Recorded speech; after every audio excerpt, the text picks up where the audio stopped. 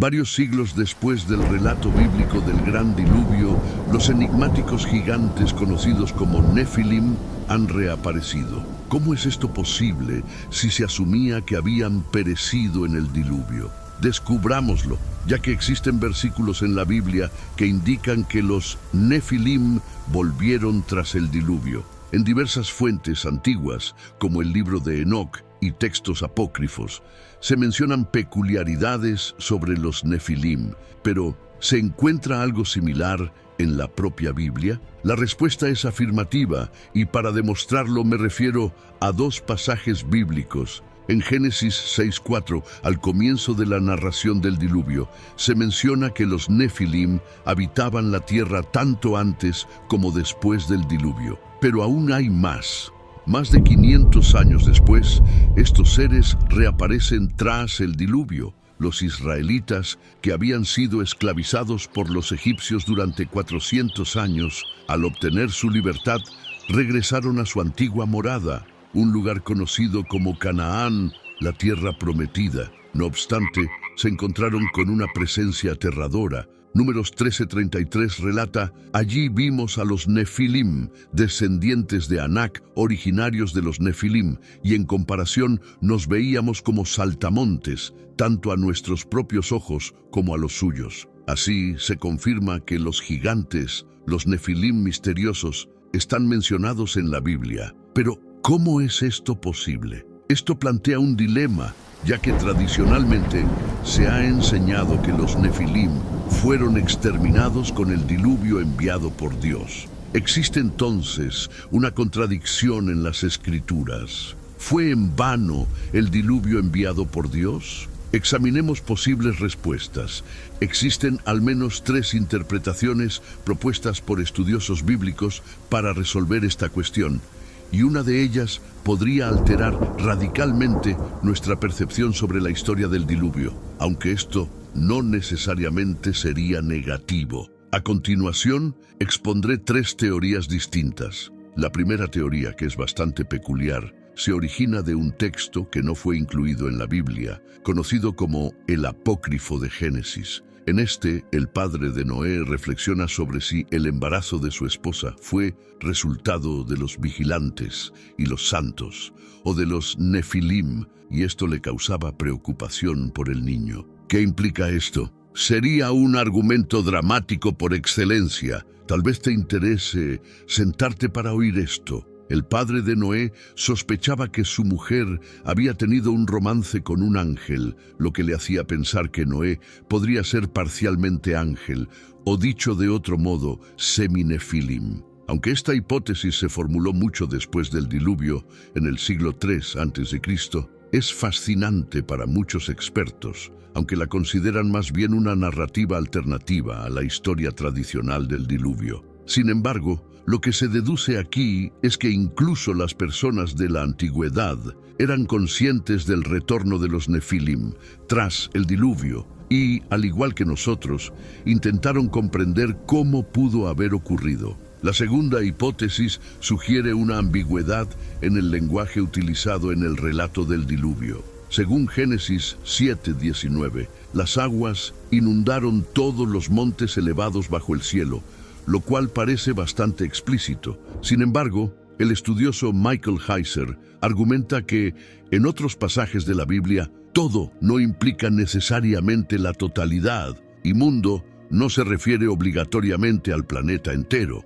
Voy a explicar qué quiere decir. Un ejemplo de esto lo encontramos en Génesis 41:57, donde se menciona que toda la tierra acudió a Egipto, a José, para adquirir grano. Heiser apunta que no cada individuo en el mundo fue a Egipto para comprar grano, aunque el versículo parezca indicarlo si se interpreta literalmente. Es posible que la Biblia solo quiera transmitir que una gran cantidad de gente se vio afectada, pero quizá no se refiere a cada ser humano en el planeta. Por lo tanto, la expresión toda la tierra podría aludir a todas las personas mencionadas en la Biblia hasta ese momento, y en este sentido, la palabra mundo se interpretaría más bien como el entorno de los individuos a los que la Biblia se ha referido. es decir, el ámbito humano compuesto por las tribus descritas en el Antiguo Testamento. Es posible que existieran personas en otras regiones, aunque no está del todo claro, pero algunos expertos en estudios bíblicos consideran que existe cierta apertura para interpretar que el diluvio no abarcó la totalidad del planeta, sino únicamente la parte del mundo de las personas que aparecen en el relato bíblico. Algunos critican esta idea,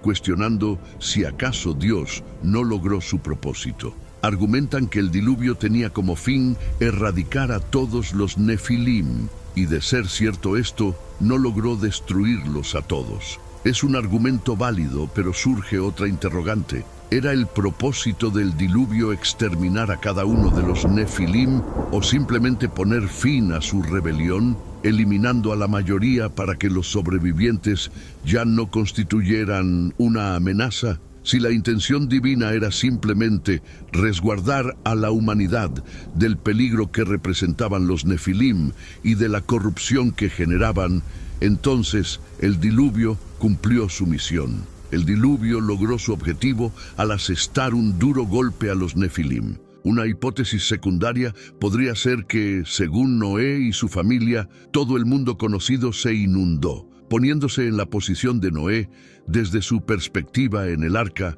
probablemente vio agua hasta donde alcanzaba su vista. Así que para él todo estaba sumergido, aunque quizás en otras regiones distantes no era así. Los ocupantes del arca no tendrían manera de saberlo. Y ahora la teoría final, la cual surge de un pasaje bíblico inesperado y que ha confundido a muchos, se relaciona con los velos que cubren la cabeza.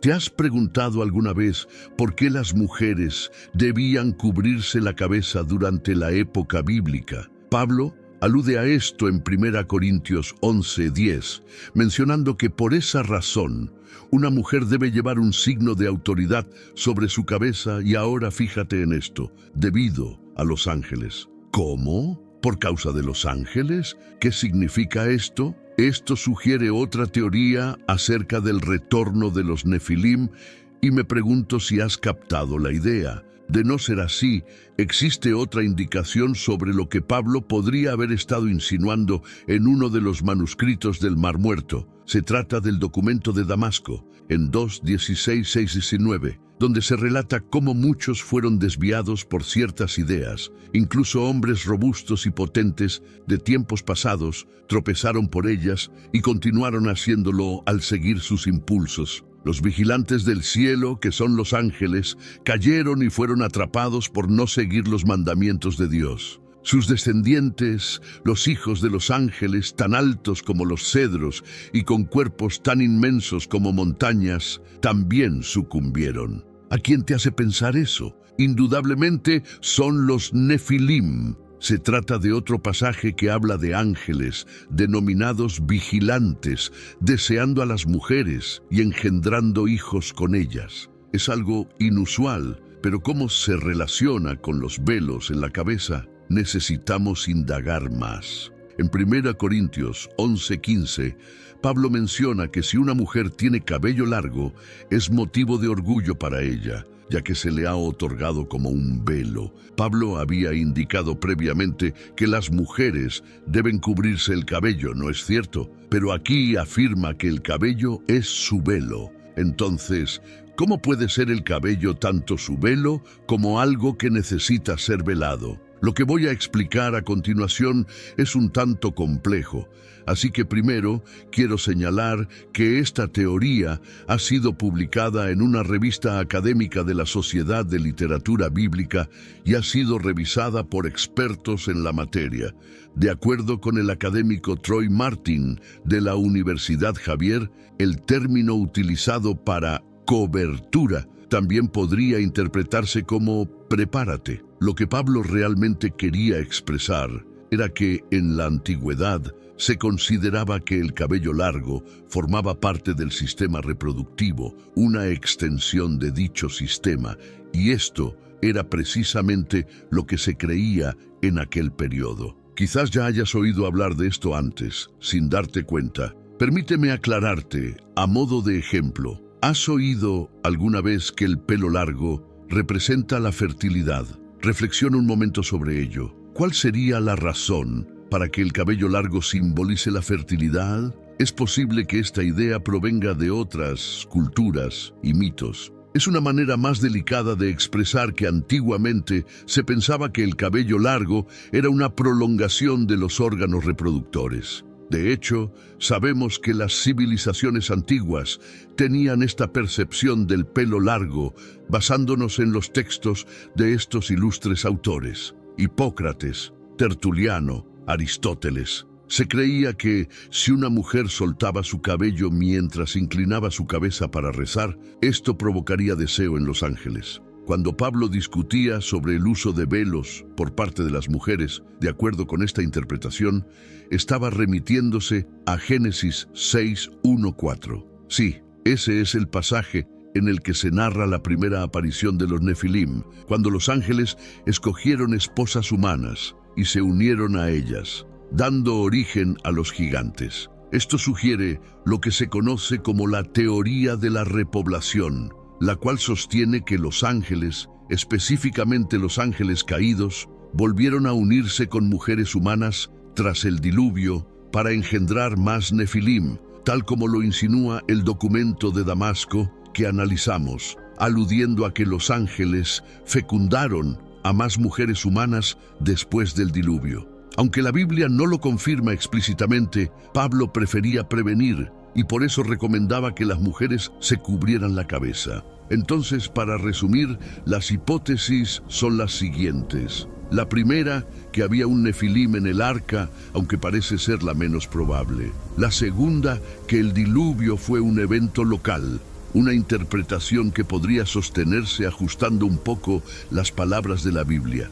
dejando así una ligera posibilidad abierta. Y la tercera, que los ángeles generaron más Nefilim tras el diluvio. No contamos con una respuesta definitiva acerca del retorno de los Nefilim. Lo único cierto, según la Biblia, es que de algún modo volvieron, y esta incógnita ha sido motivo de debate desde la época bíblica. ¿Cuál de estas explicaciones te parece más convincente? Me gustaría saber tu opinión en los comentarios. Si te interesa profundizar en este tema, te recomiendo encarecidamente los libros Supernatural o su versión más extensa, Unseen Realm, ambos del Dr. Michael Heiser.